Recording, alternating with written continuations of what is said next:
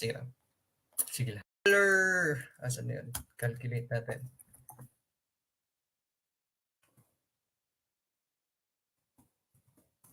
Ayun. So, dapat ngayon meron na kayong around 33 or 34 points. Mga correct lang ha. Yung mga tama lang. Dapat meron ng 33 or 34 points. That's 75%. The same goes with your Prof Ed, ano? Basta naka 75% ka sa Prof Ed, sa Gen Ed, sa specialization, well, that's what you're aiming kapag passing lang. Pero dito sa TCRC, of course, we aim to top the let. So yan yung ating mantra, no? Aim to top the let, hindi lang pass. Anong oras po dyan? 3:04 na po. Alas 3. So later, matapos tayo mga 5:30 dyan sa inyo, mga 7:30 na po dito. Sige lang. Sige lang. Saan na nga yun? TCRC. Here. Start tayo at 3:05. 1:05, sorry. We will start at 1:05. Ayan.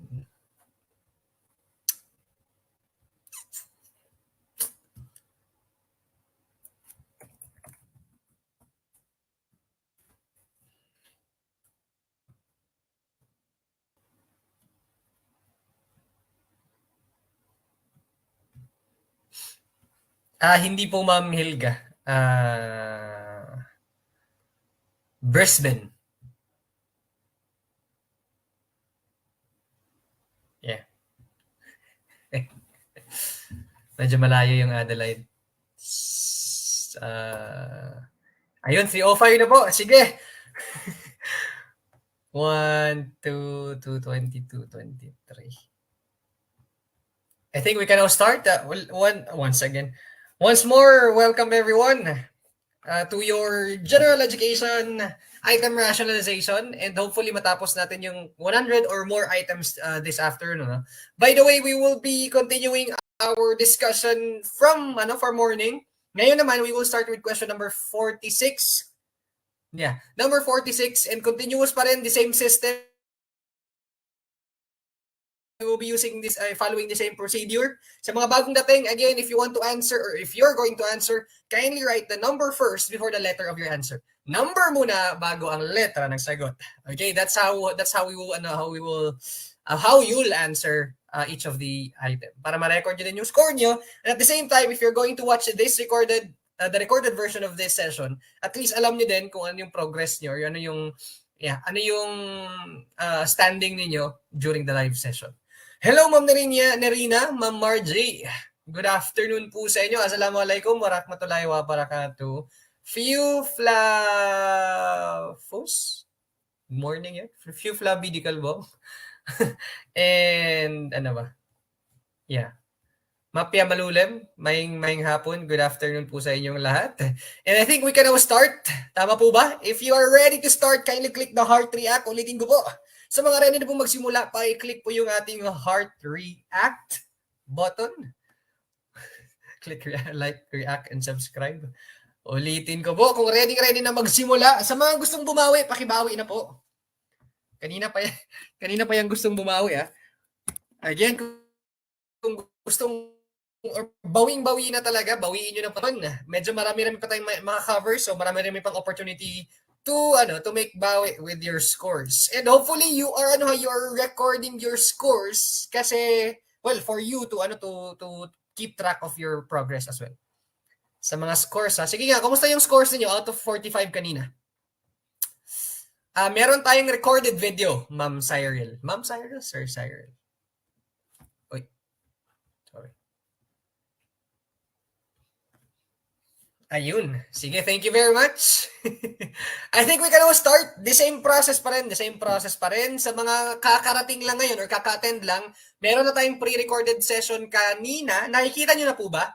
Kindly type 1 if you can see the previous video yesterday. last morning, nakikita nyo na po ba sa ating Facebook group? Again, paki-type 1 kung nakikita nyo na yung recorded version. Sa mga hindi po naka-attend kanina, recorded po yun. So you can simply watch the video once more. Thank you, Ma'am Faith. Ayun, nakita na. Sige, let's proceed to question number 46. Mga Ma'am Zer, focus for question number 46. Next one. 30, 38, out of 45.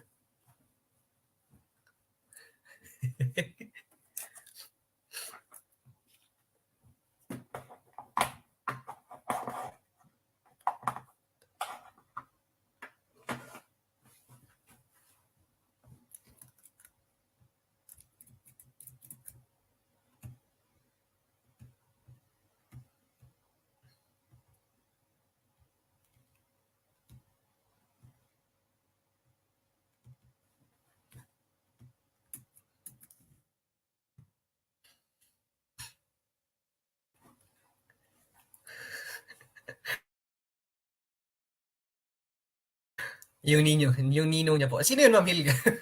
Sino yun? Who predicted that Jose Rizal would become great someday because of his unusual head? Yeah. Pala desisyon din tong taong ito, ano? Sabi niya, medyo weird yung ulo mo, so magiging, well, great ka balang araw. Hula-hula.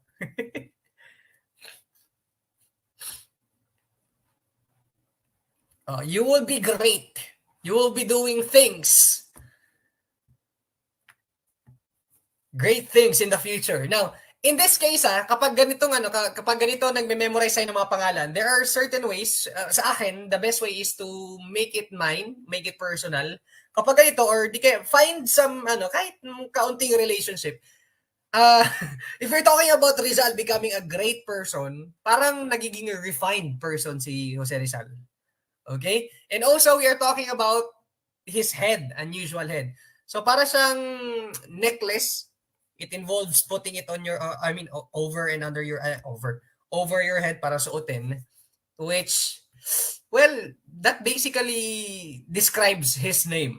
Ang tamang sagot po, letter A. Father Rufino Collantes. Rufino, parang refined. Great, or it's already refined. Collantes naman is, ano nga tawag nito? Necklace. That's the meaning of Collantes.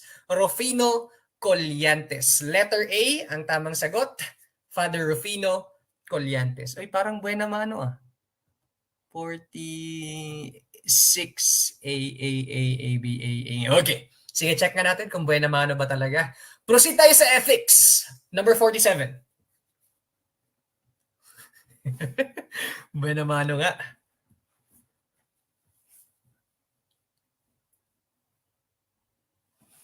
Who taught the theory of the golden mean?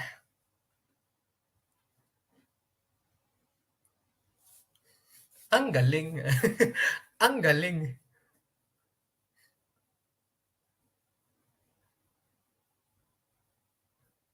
Gawan nyo na lang ng definition. Golden mean. Sabi niya, lahat ng magaganda sa buhay is in moderation. Ibig sabihin, it should not be too much, it should not be too little. Golden mean, average ba? Pantay lang. Huwag masyadong sobra, huwag masyadong kaunti din. May question mark pa si Ma'am Pam. See? Okay, ang tamang sagot kapag golden mean, ang ganda ng performance niya ngayon. Letter C, Aristotle. Ayun, pakitake note kapag golden mean or average, moderate lang and we avoid extreme. Say for instance, if you are going to become courageous, matapang ka. However, kapag sumobra sa tapang, magiging harsh ka na, magiging rash ka na, violente. And also, yung ka-call off ni Plato. Nag-FO na po sila. And kapag wala ka namang courage, magiging coward ka naman. Takot ka naman. So, according to Aristotle's golden mean theory, dapat ang mga tao should achieve balance. That's nakakain na pala, sorry. Kanina pa pinagutuman lang, Courage, masyadong sobra, masyadong kulang, so dapat balance lang. Golden mean ang tamang sagot. Nakaligo na, nakakain na, Ganun pala yun. Tingnan nga natin kung effective ba yung sinasabi niyong kumain at saka naligo. Number 48. 48.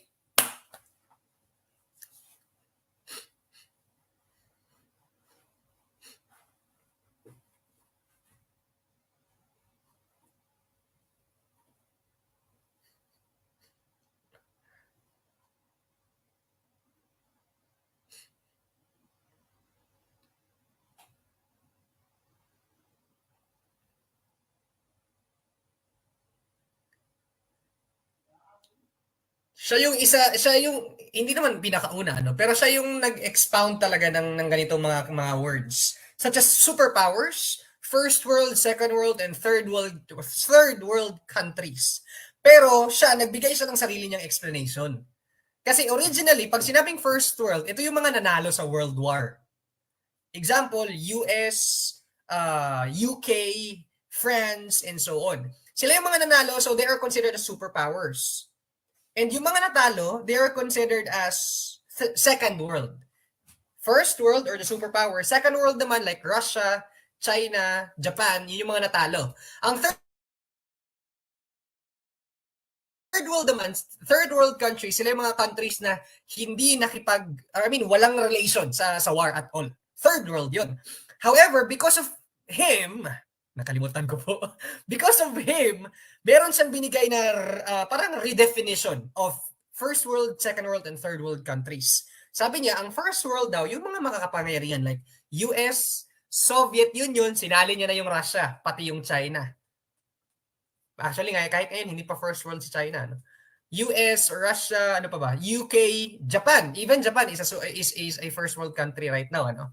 Ang nagsabi po niyan is none other than the founder of the People's Republic of China. Tama ba? Yeah. Republic of China. Letter. Biglang magja-jump pa. Letter C. Mao Zedong. So, change yung explanation ng first world, second world, and third world. Kasi kung hindi niya change, baka maging medyo pangit yung kanilang standing. Anyway, that's Mao Zedong. Si Adolf Hitler naman sa Germany, si Winston Churchill, siya naman yung sa UK during the World War II. Mao Zedong. Letter C ang tamang sagot. Okay. PRC, People's Republic of China. Number 49. Kaya pa, Sir JC? Kinalimutan lahat, ano? Ligwak.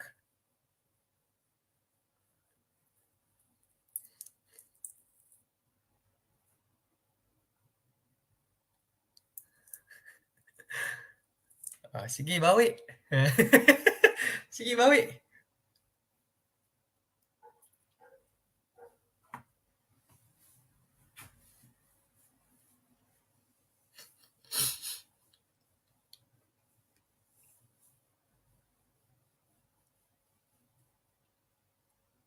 In which stage of moral development does egocentrism, hedonism, prudential considerations take place?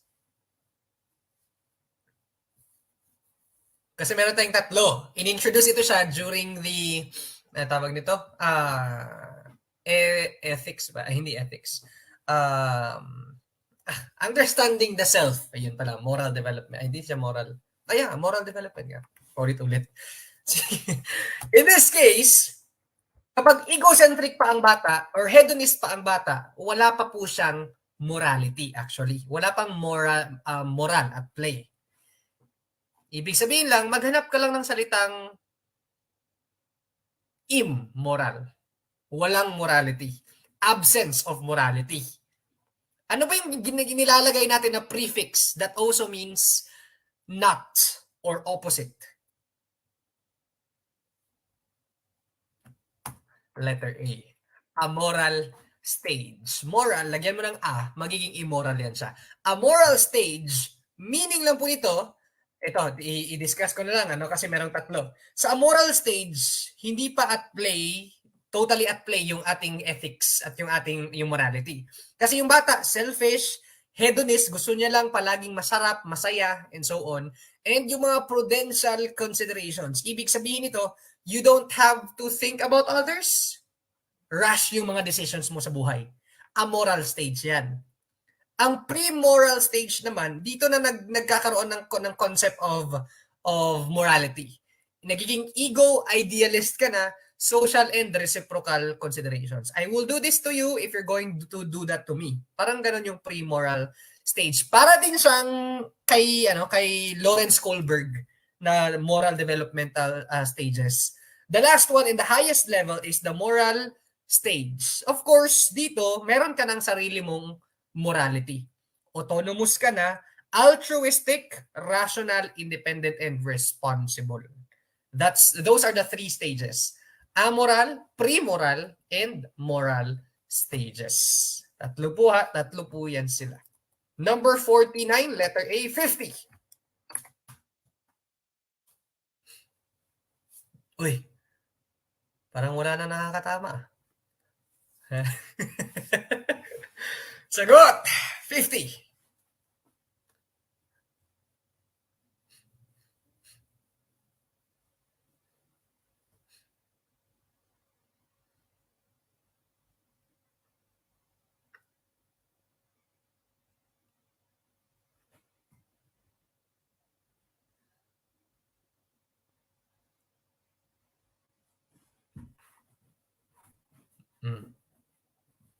Alam na alam nito. Arts, balik tayo sa arts. What is the meaning of art genre according to DiMaggio?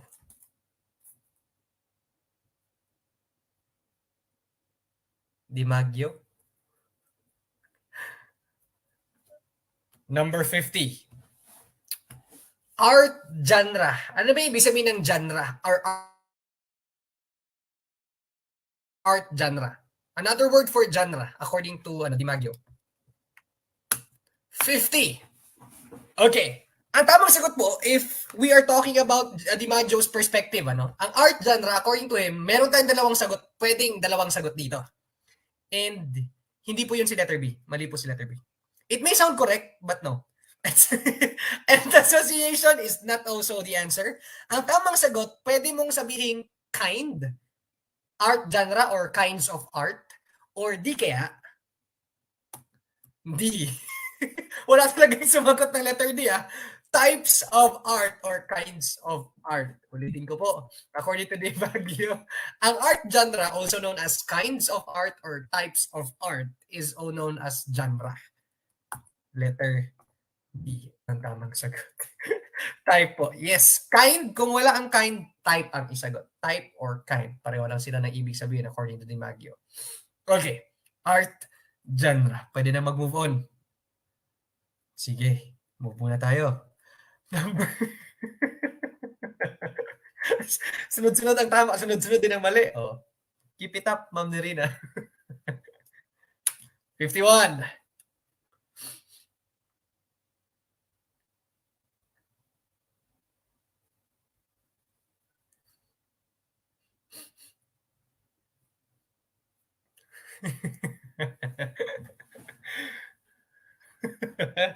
Agoy. Pwede dahil na. Abriso ka.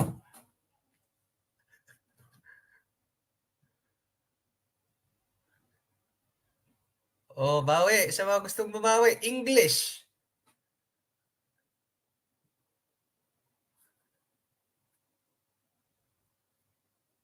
Oh, basahin ko ha. Half of the applicants passed the exam, the other half of them flunked the test.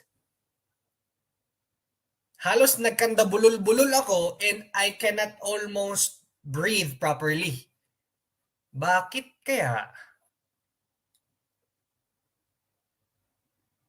Okay, nagdinaganay. Or parang nagsisipag-unahan yung mga salita because it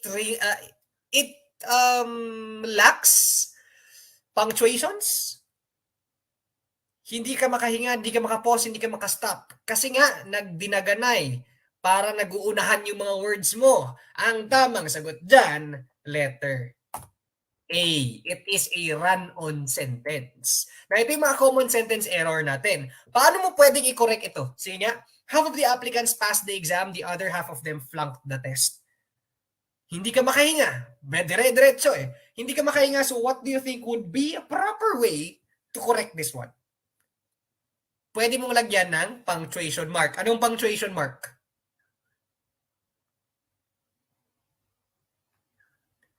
Semicolon. Okay? If they are both independent clauses, nakakatayo mag-isa, ibig sabihin lang, you can use semicolon to separate them. Ibig sabihin lang, the other one can still stand on its own, the other one can still stand on its own. Pwede pa rin silang gamitin, pwede pa rin silang basahin. But this time, makakahinga ka na ng maayos. Okay? Now, example niya ng mga run-on sentences, ito. I was hungry, I ate lunch. I was hungry, I ate lunch. So to correct that one, pwede mong lagyan ng tuldok or ng period. Pwede mong lagyan ng semicolon. Or kung comma naman ang gagamitin mo, sa mga gustong gumamit ng comma, don't forget to use conjunctions or yung fanboys natin. Can you still remember that one? For and nor, but, or, yet, so. Kung gagamit ka ng comma. Kasi ang comma, gagamitin mo yan kapag may dependent at saka independent. Example niyan, so I ate lunch. Yun, hindi siya kompleto na thought. I was hungry is independent, pero ang so I ate lunch, not independent. So lagyan mo ng comma. Pero kung both independent, lagyan mo ng tuldok or ng semicolon. Pwede po yan. So that's how you use punctuation marks. Be careful on that one. And then this one as well. I-discuss ko lang saglit ha. Parallelism. Ano namang ibig sabihin ng parallelism? Ito din common mistake natin. Lalo ng mga Filipino. We just speak in English but in terms of grammar, medyo maraming mali. Example ng parallelism is when you use prepositions to give, to receive. Or kapag gumamit ka ng gerund na ing lahat. Giving, receiving, doing, walking. Hindi yung loving means to give and receiving. Hindi po pwede yun. Walang parallelism na nangyari doon. So you cannot use that one. It's either gumamit ka ng preposition or kapag past tense lahat, gave, received, past tense din lahat. Pwedeng ganun ha. Dapat parallel sila, magkakapareho. And ito naman yung kanina, dangling modifier. Mayroon kang description pero wala kang dinidescribe. Example, after reading the book, the movie made more sense. Sino nag-read ng book? Para kanino yung movie na nag-make ng sense? Lalagyan natin siya ng subject dyan. So in that case, alam natin kung para kanino yung descriptions natin. It's for I. Okay? And those are some common sentence errors. Pwede na mag-move on? I'm sure pwede na. Number 52. Bawi. Ay, bawi.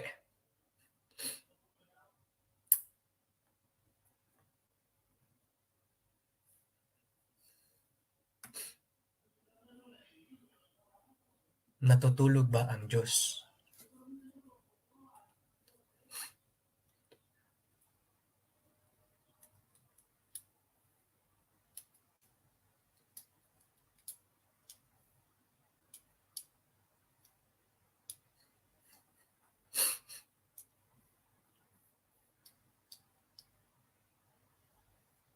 Ayun, alam niyo na to. Natutulog ba ang Diyos? Hindi po din. seryoso si Mabilga, Natutulog ba ang Diyos in this case? These are type of questions na tanong siya, tanong siya in form, but it does not need an answer. Did you get that one? Tanong siya, question mark siya, may question mark, or patanong siya, pero it does not need an answer. Those are what we call rhetorical questions. Iba din sa rhetorics. Ang rhetorical na tanong, ito yung mga tanong na again, hindi kailangan ng sagot. Example, what is the meaning of life? Ayun. Natutulog ba ang Diyos? Those types of questions, usually ginagamit mo lang yan siya. Kahit sa classroom, pwede yung gamitin as teachers. Pwede mo gamitin to stimulate the students. Like example, ang question mo is, are we alone in the universe? No one can answer that and no one's supposed to answer that in the classroom. But you use that para ma-intriga yung mga bata. That's part of rhetorical questions. Questions that do not require answers. Pangit ba ako? Kapalit-palit ba ako? Then why? Number 53. Math tayo. Bawi, bawi.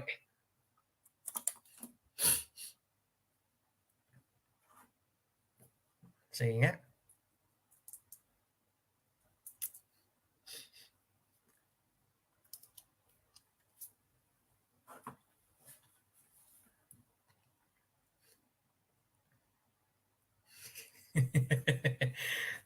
Rhetorical pa ba yan? Dapat rhetorical yan, Ma'am Hilga.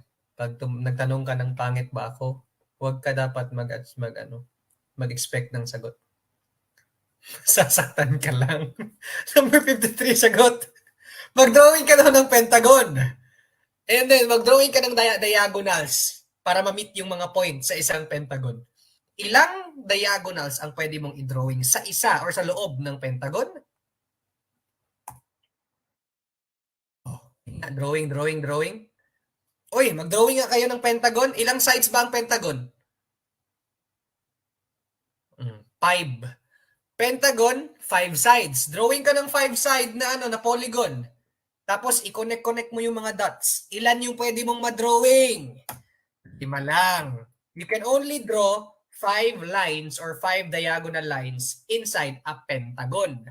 Ibig sabihin, ganito. Tama ba? Ganito ba yung drawing niyo?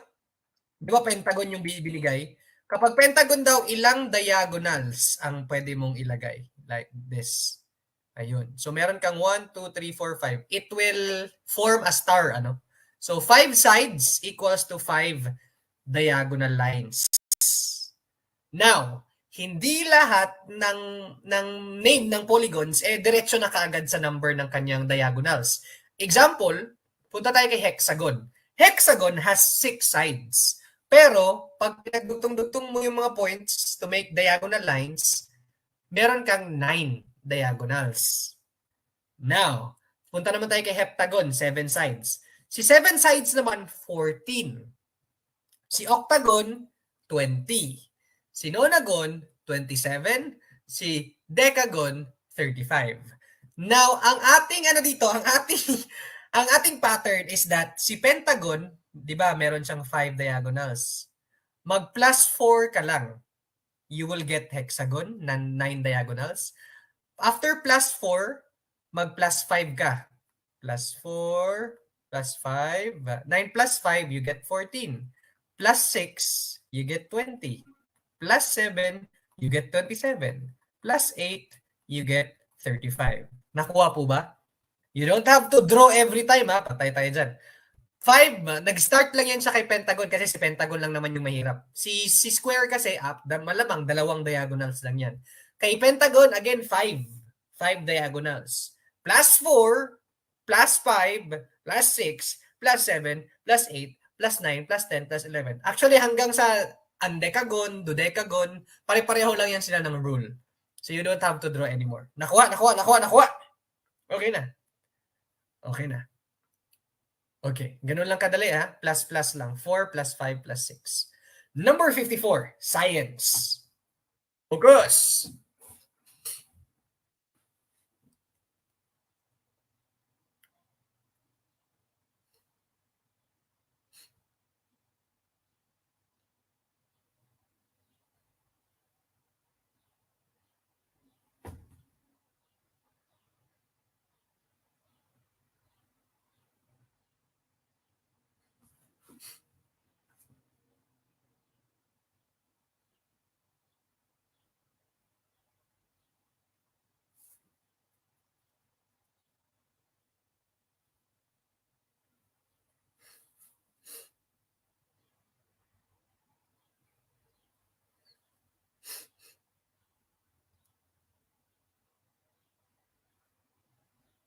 Oh, why do we see the sun rising in the east?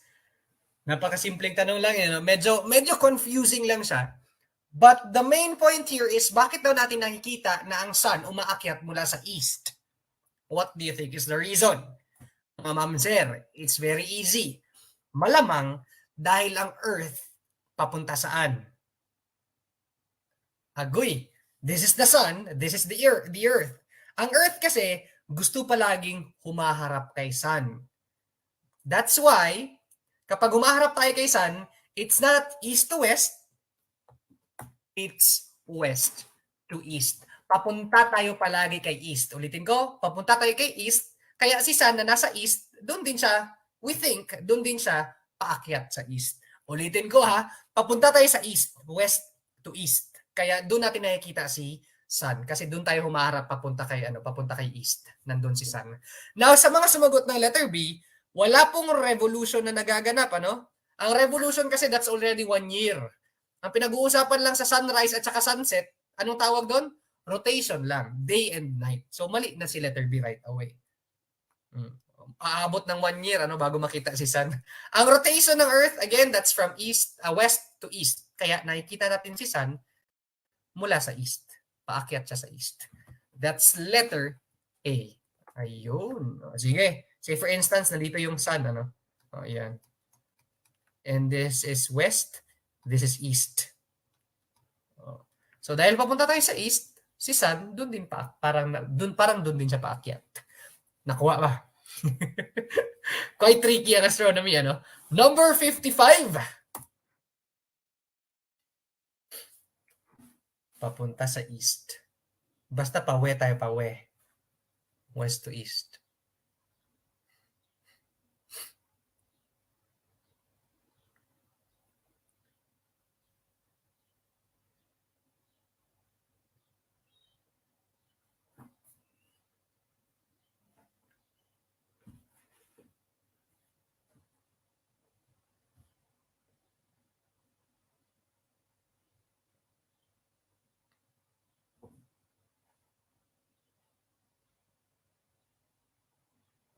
Oh, alam niyo yung mga pangalan. Ang gagaling niyo sa pangalan. Yan talaga kasi yung una natin dapat minimemorize before anything else. Before you proceed with critical thinking or practicing how to analyze questions, doon muna talaga tayo sa mga lots or yung mga remembering type kasi yun yung mas mahirap na ipasok sa utak kapag masyado ng maraming laman. Number 55, ang tamang sagot, ito siya yung yung napaka-disciplinarian, napaka-just na tao. Napaka-strict as in just or strict. Disciplinarian. Ang tamang sagot si Justiniano Aquino Cruz. Just. Justice. Napaka-disciplinarian ito. Letter D, ang tamang sagot, Justiniano Aquino Cruz. Letter D, D. Magagaling kayo sa names. How about numbers? Number 56.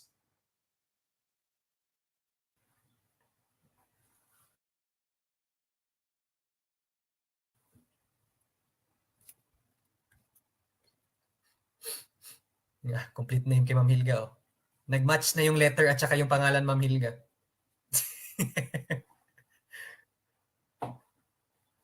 $56.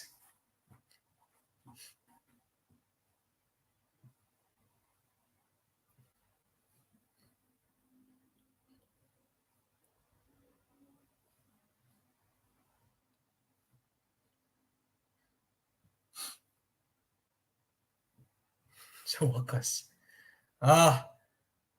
Mga ma'am sir, if you're talking about Comprehensive Agrarian Reform Law or yung CARL or yung CARP, pareho lang naman yan siya. CARL ang law, ang program CARP. Sorry. CARP. Oy, sure yan, sure na yan. Sige. Usually ang hinahanap ko lang kapag CARL or the Comprehensive Agrarian Reform Law, ang hinahanap ko lang na number 567. Ang tamang sagot, letter C. 6657. Basta may 567 siya. Yan yung keyword ko dati. Basta may 567, that is CARL or CARP. RA number 6657. Now, let's move on to question number 57. Magaling din pala kayo sa number. Sa hindi lang isolve. 57.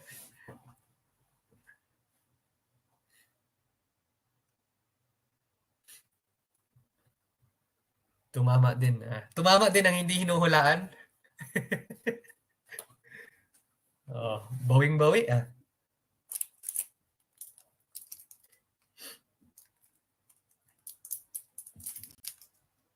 Ito nga ang chismis na katulong kapag naligo ka.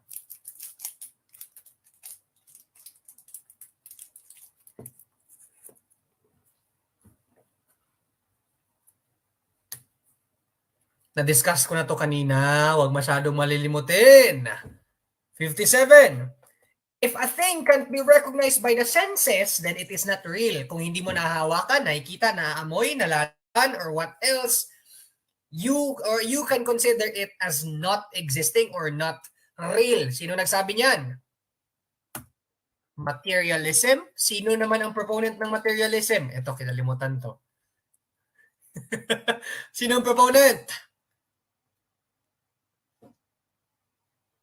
Isipin nyo na lang, yung apelyido niya, nahahawakan talaga. Church land. Church na nga, land pa. So it's both real. Paul Churchland, ang proponent ng materialism. So sabi ni Paul Churchland, pakitake note, sabi niya, ang materialism is the belief that nothing except matter exists. Kung hindi siya matter or hindi siya nahahawakan, hindi siya nag-i-exist in real life, then it does not exist at all. Ganoon lang kasimple yung kanyang explanation. Materialism. Paul Churchland. Ayun, memorize pa ni Sir Lawrence at saka ni Ma'am Clary. Mas mamiliga din. Churchland. Nahahawakan din yung apelyido niya, no? Churchland. Number 58.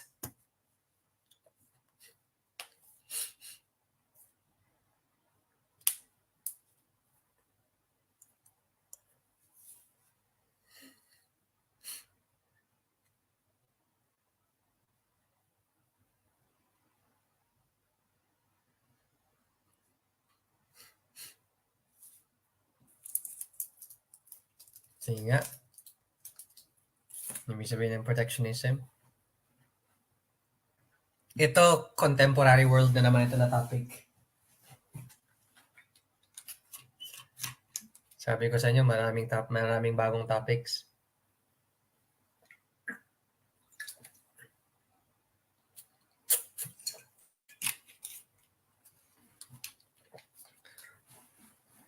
Sa mga review ba ninyo, sa mga may face-to-face or sa ibang coaches or sa ibang review centers, have you already started answering questions from the new curriculum? B.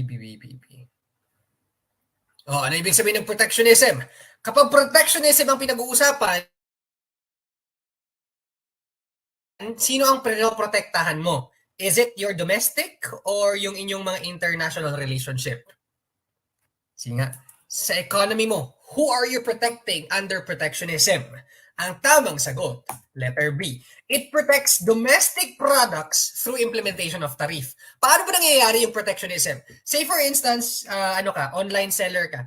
So you are going to buy domestic materials and then sell it sa domestic pa rin, sa locality mo pa rin. Ibig sabihin, kung Pinoy ka, nagbebenta ka din sa kapwa mo Pinoy. Now, if there are international or yung mga tinatawag nating investors from abroad, they will be selling the same stuff that you sell. O yan, nagbebenta ng sabon, magbebenta din sila ng sabon. The government gives you this sense of protectionism wherein para hindi ka magkaroon ng masyadong maraming competition, lalo na yung mga imported, lalagyan nila yun ng tax or ng tariff. Para yung kanilang products hindi basta-basta nakakapasok dito sa Philippines or dito sa bansa natin, and it will not cost you too much, especially in terms of competitions. Hindi masyadong marami yung competitions mo kasi nga napoprotectionan ka from other brands na papasok sa bansa. Yes, Coach, pa rin discussion din po. Almost tapos na kami sa new curriculum. Yung mga review center hindi pa rin doon. Sige lang, Lawrence. Laban lang, sir. Ilang buwan na lang. Mga 3 months? Yes, pero mas marami po yung sa inyo na new questions. Kasi tinitingnan namin yung curriculum, yung new TOS niyo. I'm sure you are aware with that, Kaunti na lang talaga yung mga math, yung science, English. That's around 60% ay 60 points na lang of 150.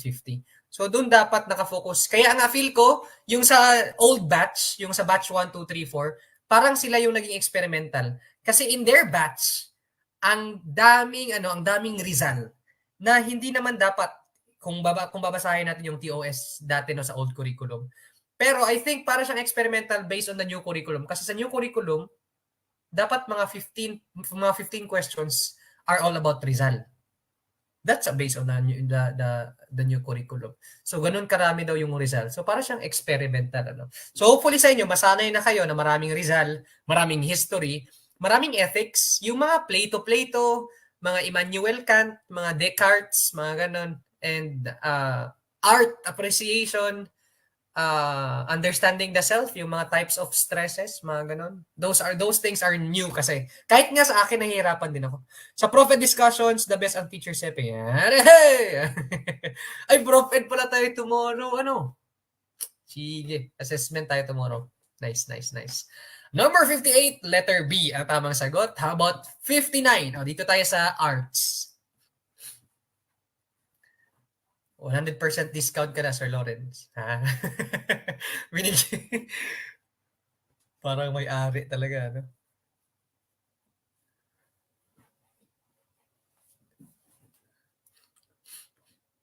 Which field enhances the art of creative writing? History, language, literature, or music?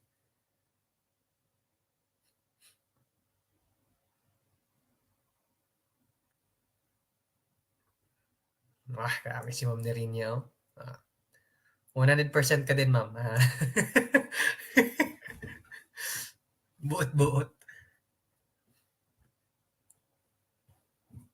Okay, mga Ma'am Sir, in arts, there are a lot of, ito yung tinatawag natin humanities, field of humanities. Meron tayong 8 fields of humanities.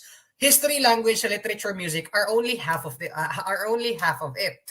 Now, kapag creative writing po ang pinag-uusapan, example ng creative writing, poetry, novel, essay, news writing.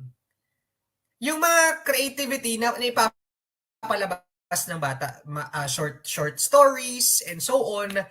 And that's under literature. Baka ma-scam kayo ha. It may be language, but again, language is oral. Okay? It is mostly development of oral communication. Sa literature naman, it is more on writing. Now, let me just discuss yung fields of humanities. Meron tayong, bakit wala yung sinabi ko? Meron tayong 6. Philosophy, literature, language, music, religion, and history. Isa-isahin ko na lang, paki-take note. Let's talk about saan na yun? Wala. History first. As we all know, history is more on developing citizenship. Kaya nga sinasabi nila na history should be forgotten. Nope. Kasi ang history, it makes us better citizens. We learn from our history. And next is religion. Religion, as we all know, it's more on divine intervention, divine power, and belief or faith. Yun. Creative writing kasi yan. And then, punta tayo sa literature. Now, bakit literature provides you with development in terms of creative writing? Lagay natin dito. Epics, folktales, short stories, poems, fiction, non-fiction, and so on.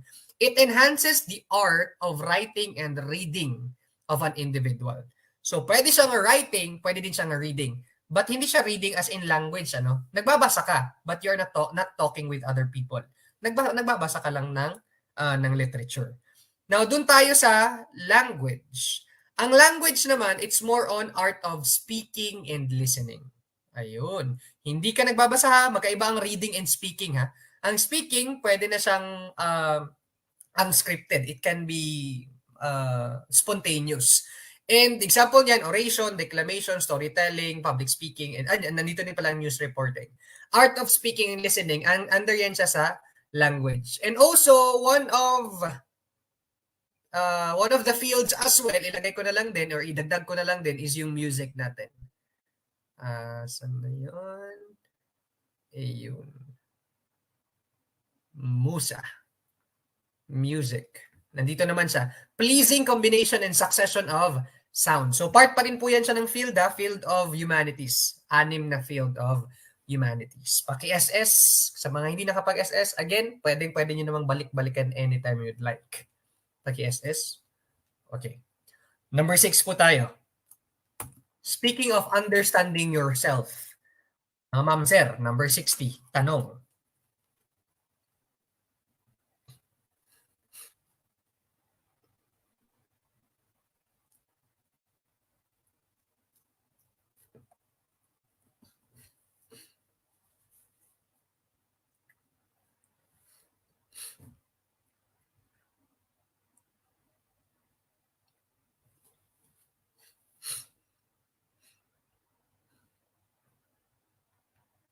Among the types of stress, which may not be strong, but it appears to stay on for long periods of time.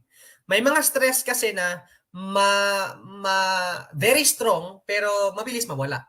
Meron din namang very strong and paunti-unting nagkakaroon ng paunti-unting lumalabas or nawawala, lumalabas, nawawala, lumalabas. Meron ding hindi siya strong pero nagtatagal. Those are different types of stress. Now, tanong, I'm sure na-discuss sa inyo ito, no? Asan doon yung hindi siya strong pero it stays for long? Pwede siyang strong, pwedeng hindi strong. The point here is, ito yung mga nagtatagal talaga. Mga ma'am sir, bigyan ko kayo ng excuses. Bigyan ko kayo ng second chance. Mali po si letter B.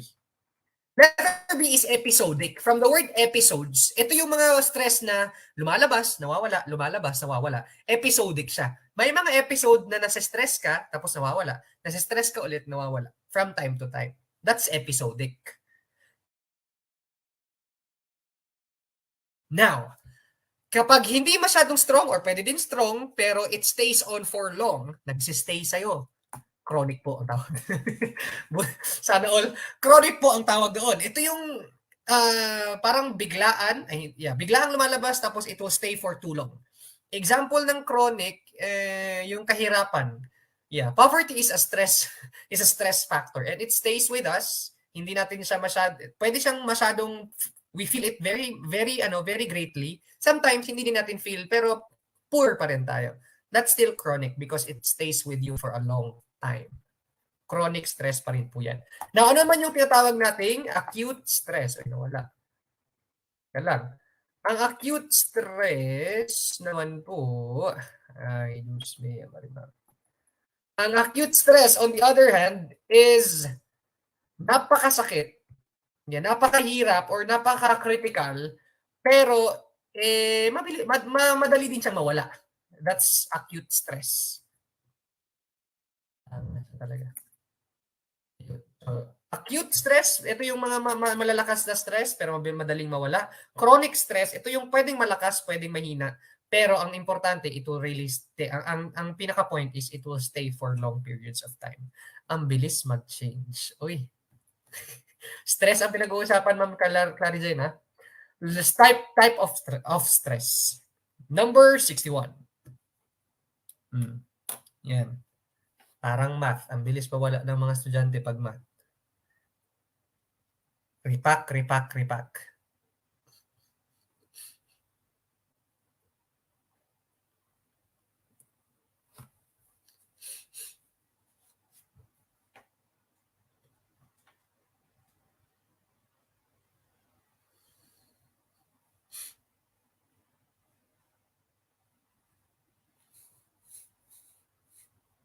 Ayun, meron ding no? Yung stress and distress. Uy, math. Oh. Distress. Ano tawag kapag math? Acute. Biglaan, tapos masakit sa ulo.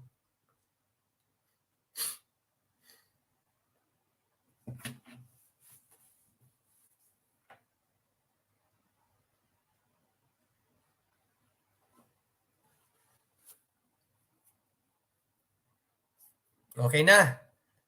Huwag mag-overthink. Division lang. Alam niyo na yan. Actually, kahit hindi niyo na isolve, pwede lang naman mata-mata or pag nakuha niyo na yung number, diretso na divide, Pero, well, the proper way is to convert first. Example, 60 kilos is equal to 1,000, a kilo is equal to 1,000 grams. Okay, multiply lang natin yun siya. Let's remove the kilogram symbol. 60 times 1,000 grams, you get 60,000 grams. Malamang, i-divide mo lang siya. Kasi pwede mo nang ma-divide because they are both in grams. 60,000 grams, i-divide mo sa 750 grams, you get 80. Letter D. So, pwede mong mata-mata na lang or gamit lang yung mata and pwede mo namang isolve if you really want to recheck your answer. And yeah, you can use this process. Pwede. Okay. Kahit nga 60 times 1,000 divide 750, yun lang. Ganun lang. 60 times 1,000 divided by 750. Base. Pinapahirapan yung sarili, ano? Number 62. The propulsion of jets and rockets is based on Newton's law of blank. Physics.